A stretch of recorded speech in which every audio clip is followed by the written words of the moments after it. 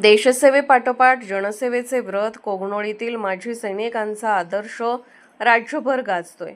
कोगनोळी तालुका कवठेमहांकाळ जिल्हा सांगली देशसेवेची जबाबदारी यशस्वीरित्या पार पाडल्यानंतरही समाजसेवेचे व्रत अखंड जोपासणाऱ्या कोगनोळी गावातील माजी सैनिकांनी एक प्रेरणादायी आदर्श उभा केलाय।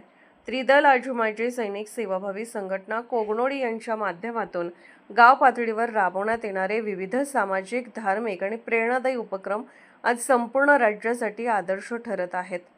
कोगनोळी हे गाव विशेषत्वाने ओळखले जाते ते येथील 150 ते 200 माजी सैनिकांमुळे। एका गावातून देशसेवेसाठी एवढ्या मोठ्या संख्येने सैनिक घडणे ही अभिमानाची बाब आहे। देशरक्षणाची जबाबदारी पार पडल्यानंतरही हे सैनिक समाजसेवेकडे वळले असून देशसेवा ही जनसेवा हा संकल्प त्यांनी कृतीतून सिद्ध केला आहे। गावदैवत श्री कोंगाई देवी यात्रेनिमित्त त्रिदल सैनिक संघटना कोगनोळी यांनी पुढाकार घेत भव्य आणि दिव्य सोहळ्याचे उत्कृष्ट नियोजन केले। देवीच्या पालखीची मिरवणूक, आकर्षक सजावट, भव्य कुस्त्यांचे मैदान तसेच संपूर्ण गावासाठी महाप्रसादाची व्यवस्था हे सर्व उपक्रम अत्यंत शिस्तबद्ध आणि सेवाभावी वृत्तीने पार पाडण्यात आले। या उपक्रमात माजी सैनिकांसह त्यांच्या कुटुंबियांनीही उत्साहाने सहभाग घेतला।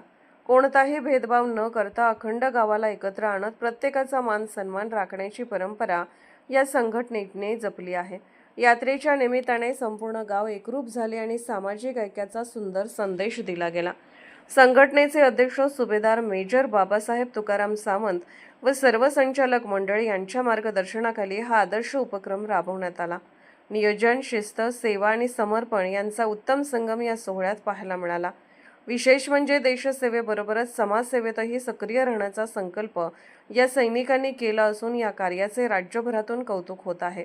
गावातील तरुण पिढीला प्रेरणा देत, सामाजिक एकात्मतेचा संदेश देत आणि सेवा हीच खरी देशभक्ती हे तत्त्व जपत कोगनोळीतील माजी सैनिकांनी एक अनुकरणीय पायंडा पाडला आहे।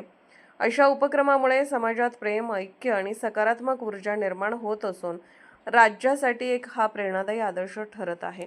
अर्थराज्य न्यूज मराठी करिता ब्युरो रिपोर्ट। अर्थराज्य न्यूज चॅनलला लाईक करा, शेअर करा आणि सबस्क्राईब करा।